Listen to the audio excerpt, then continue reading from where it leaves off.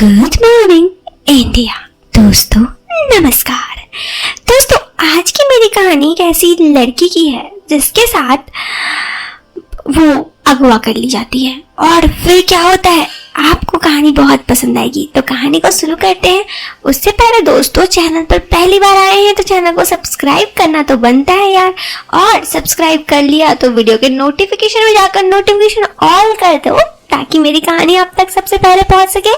चलो अब कहानी को शुरू करते हैं। ये कहानी पिंकी की है। पिंकी कहती है उस वक्त मेरी शादी को हुए बस 3-4 महीने हुए थे। शादी के 1-2 महीने तक तो मैं अपने ससुराल में ही रही थी अपने पति से अलग। ऐसे में मन तो बहुत करता था अपने पति से मिलने का, लेकिन कोई रास्ता तो ना था। इसीलिए मैं बस इतना कि बस इंतज़ार करती रही। ऐसे ही 2 महीने बाद में से ससुराल वालों ने कहा कि एक काम करो, तुम अपने पति के पास ही चले जाओ, उनको भी काम वाम में दिक्कत होता है। सच कहूँ तो वो मेरे लिए बहुत अच्छा मौका था। मैं अपने पति के साथ रहना चाहती थी क्योंकि शादी के बाद बस हम 1 सप्ताह ही साथ रहे थे। ऐसे में मेरे पति ने कहा रुक जाओ करीब 10 दिन, क्योंकि 10 दिन में मैं एक कमरा ले लेता हूँ। अभी मैं जहाँ रहता हूँ और भी लड़के रहते हैं तो हम साथ रहेंगे, किसी और के साथ नहीं रहेंगे। मैंने कहा ठीक है, और इतना कहने के बाद मैं उनके इंतज़ार करने लगी। करीब 7 दिन बाद मेरे पति ने दोबारा कहा कि मैं तुम्हें लेने आ रहा हूँ और मेरे साथ चलो। मैंने घर का इंतज़ाम कर दिया है। सच कहूँ तो ये बात मेरी उस वक्त ज़िंदगी की सबसे अच्छी बात थी। मैं कब से अपने पति से मिलने के लिए बेताब थी। ऐसे में उनसे मिलना मेरे लिए बहुत ही खुशी की बात थी। ऐसे ही मैं उनसे मिली और उनसे मिलकर मैं बहुत दिनों से अलग थी, बहुत तड़प रही थी। तो हम दोनों एक दूसरे से बहुत प्यार किए और बहुत देर बाद हमने कहा कि चलो अब चलना चाहिए। मैंने अपने ससुराल वालों को कहा ठीक है मैं चलती हूँ, और अपने पति के संग निकल गई। मैं जब अपने पति के साथ आ रही थी, पति के हाथ पकड़ के, तो बहुत ही ज़्यादा एक्साइटेड थी। उसके बाद मैं वहाँ से अपने पति के साथ शहर आ गई। मैं शहर में कभी रही नहीं थी, मेरा घर जो था वो छोटे शहर में था, इसीलिए बहुत एक्साइटेड थी मैं बहुत ज़्यादा अपने पति से मिलकर। ऐसे में करीब कुछ दिन ही गुजरा था और कुछ दिन में ही मेरे पति ने मुझे जब दिखाया कि हम कहाँ शिफ्ट होने वाले हैं तो मैं बहुत खुश थी। वो एक घर था जहाँ पर मतलब न्यू बना था फ्लैट, वहाँ पे ज़्यादा लोग नहीं थे, तो मैं उनके साथ वहाँ शिफ्ट हो गई। हमारे घर में एक छोटा सा पूजा हुआ, फिर हम दोनों शिफ्ट हो गए। मेरे पति सुबह से शाम तक ऑफिस में होते थे और जैसे ही 5 बैठता था, 10 से 15 मिनट होता था, मेरे पति घर आ जाते। सच कहूँ तो मेरे पति को खुद इंतज़ार नहीं होता था कि कब घर आएंगे, और फिर मैं उनके साथ कभी यहाँ कभी वहाँ घूमने जाती। ऐसे ही मेरी ज़िंदगी बहुत ही अच्छी कट रही थी। मैंने सोचा ना था कि ससुराल में जाने के बाद यानी शादी के बाद मेरी ज़िंदगी इतनी अच्छी कटेगी। मेरे पति मुझसे बहुत प्यार करते थे, लेकिन शायद ये सब कुछ मेरे लिए कुछ बुरा ला रहा था। अचानक से मेरे पति को करीब 3 दिन के लिए काम से बाहर जाना पड़ा। जब मैंने ये सुना तो मुझे बहुत बुरा लगा। मैं अपने पति से अलग कभी नहीं रही थी और यहाँ पे अकेले मैं किसी को नहीं जानती। मैंने अपने पति को कहा तो उन्होंने कहा समझो बाबू इस बात को, जाना पड़ेगा ना। जब मेरे पति इतने अच्छे से मुझे समझाए तो मैंने कहा ठीक है आप जाइए, लेकिन इतना है कि आप मुझे रोज़ फ़ोन कीजिएगा ना। मेरे पति ने कहा हाँ पापा मैं तुम्हें रोज़ाना फ़ोन करूँगा, ठीक है, सुबह शाम हमेशा। तो मैंने कहा ठीक है अब जाओ। मेरे पति ने कहा देखो किसी से बात करने की ज़रूरत नहीं है और किसी को बोलने की ज़रूरत नहीं कि मैं यहाँ नहीं हूँ। मैंने कहा ठीक है, पर बोलने से क्या दिक्कत है। मेरे पति ने कहा कितना बार बोलूँ मैं, दिक्कत है। मैंने कहा अच्छा ठीक है मैं नहीं बोलूँगी बाबा। खुश? मेरे पति बोले खुश।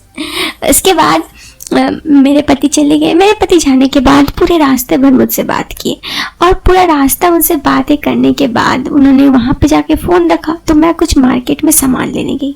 वहाँ पे शायद कुछ लोग पहले से जानते थे कि मैं यहाँ पर अकेली हूँ, शायद मुझे नोटिस कर रहे थे। ये बात मुझे पहले सच में नहीं पता था, लेकिन हुआ कुछ यूँ कि जैसे ही वो लोग आए, मतलब जैसे ही मैं सामान लेके घर आई, मेरे पति से रात में बात हुई। मेरे पति बोले अब सो जाओ। उस वक्त 8 बज रहा था। मैंने कहा इतना जल्दी? तो उन्होंने कहा मैं थक गई हूँ ना बाबू, तुम सो जाओ। तो मैंने कहा ठीक है मैं सो जाती हूँ, ओके। खाना खा के तो मेरे पति बोले ठीक है। मैंने कहा खुश? तो मेरे पति ने कहा हाँ खुश, अब सो जाना। इतना कहकर मेरे पति ने फ़ोन रख दिया। मेरे पति के फ़ोन रखने के बाद मुझे समझ में नहीं आ रहा था कि मैं क्या करूं। तभी गेट पर नॉक हुआ। मैं बिल्कुल चौंक गई। इस टाइम पे गेट पर कोई नहीं आता था, लेकिन मैंने कुछ सोचा पता नहीं, मैं जाकर गेट खोली और गेट खोलते ही 4-5 लोग घर के अंदर घुस आए। मैंने कहा कौन है आप, कौन है आप? इतना कहते हुए उन्होंने मेरे मुंह में कुछ ठूस दिया जिसे मैं बोल ही नहीं पाई, कपड़ा, और मुझे पकड़ के ले गए। मैं चिल्लाने का कोशिश कर रही थी, मेरा फ़ोन भी मेरे पास नहीं था। और फिर उन सब लोगों ने मिल पता नहीं मुझे कहाँ ले गए थे और मुझे एक औरत के पास भेज दिया। उस औरत ने मेरे साथ बहुत बुरा करने का कोशिश की। मैंने जितना वहाँ से भागने की कोशिश की ना, वो औरत ने मुझे बस मारा और बहुत टॉर्चर किया। इधर मैं आपको बता दूँ, हुआ कुछ यूँ कि मेरे पति जब 2 दिन फ़ोन नहीं रिसीव हुआ, दूसरे दिन तो मेरे पति बहुत परेशान थे। दूसरे दिन ही वो घर वापस आ गए और घर वापस आकर जब सबसे पूछे तो सबने यही कहा कि हमें तो पता भी नहीं था कि आप घर पे नहीं हैं। इस पर मेरे पति ने कहा कि नहीं है, ऐसा बात नहीं है, मैं घर पर ही नहीं था, उसे किसी को बताने मना किया था। मेरे पति पुलिस स्टेशन गया और पुलिस स्टेशन में जाकर पुलिस को खोजबीन के लिए जारी किए। पुलिस स्टेशन जाने के बाद भी पुलिस मेरी पता नहीं कर पाई, क्योंकि उसके बाद मैं आपको बताती हूँ क्या हुआ। करीब 7 दिन बाद मैं पुलिस लोग के सामने मिली। जैसे ही पुलिस ने मुझे पहचाना, मेरे पति को बुलाया। मेरे सारे कपड़े फटे हुए थे। मेरे पति से मिलकर मैं हॉस्पिटल गई, क्योंकि मुझे बहुत चोट आई हुई थी। जब मेरी हॉस्पिटल में थोड़ी तबीयत ठीक हुई तो मेरे पति ने मुझसे कहा क्या हुआ बताओ। तो मैंने रोते रोते मेरे पति को सब बात बताई। लोगों ने मेरे साथ ज़बरदस्ती करने के बाद मुझे जाकर एक औरत के पास भेज दिया था, जो औरत मुझसे सिर्फ पैसे के लिए वो सब काम कराती थी। एक दिन एक लड़का जो मेरे साथ वो सब कुछ करने ही आया था, लेकिन मुझे वो भला इंसान लगा, तो मैंने उसे सब कुछ कहा। तो उसने मेरी मदद करने की सोची और उसने मुझे मदद करके वहाँ से भगा दिया। लेकिन मेरे पास ना पैसे थे ना कुछ। मैं किसी तरह गाड़ी में चढ़ी, लेकिन मेरे पास पैसे नहीं थे, तो गाड़ी वाला ने आधा रास्ता में मुझे उतार दिया।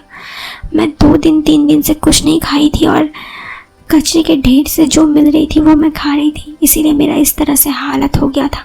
ये सब कुछ मेरे पति ने सुना तो उनकी आंखों से भी आंसू आ गए। पुलिस ने इन्वेस्टिगेशन की तो मैंने उन्हें आगे बताया कि वे लोग यहाँ के नहीं लगते हैं, मतलब वे लोग विदेश से हैं और यहाँ नहीं रहते हैं। पुलिस ने उन सब के पता लगाने की खोजी, लेकिन सच कहूँ तो अभी इस चीज़ को हुए 6 महीने बीत चुके हैं, लेकिन अभी तक पुलिस कोई पता नहीं लगा पाई। जो चीज़ मेरे साथ हुआ उस चीज़ ने मेरे ज़िंदगी को अलग ही मोड़ पे ला के रख दिया। लेकिन हाँ, इतना तो था कि मेरे पति ने मेरे हमेशा सपोर्ट किया, और आज अगर मैं फिर से वापस हंसती खेलती हूँ तो इसके पीछे मेरे पति का ही हाथ है।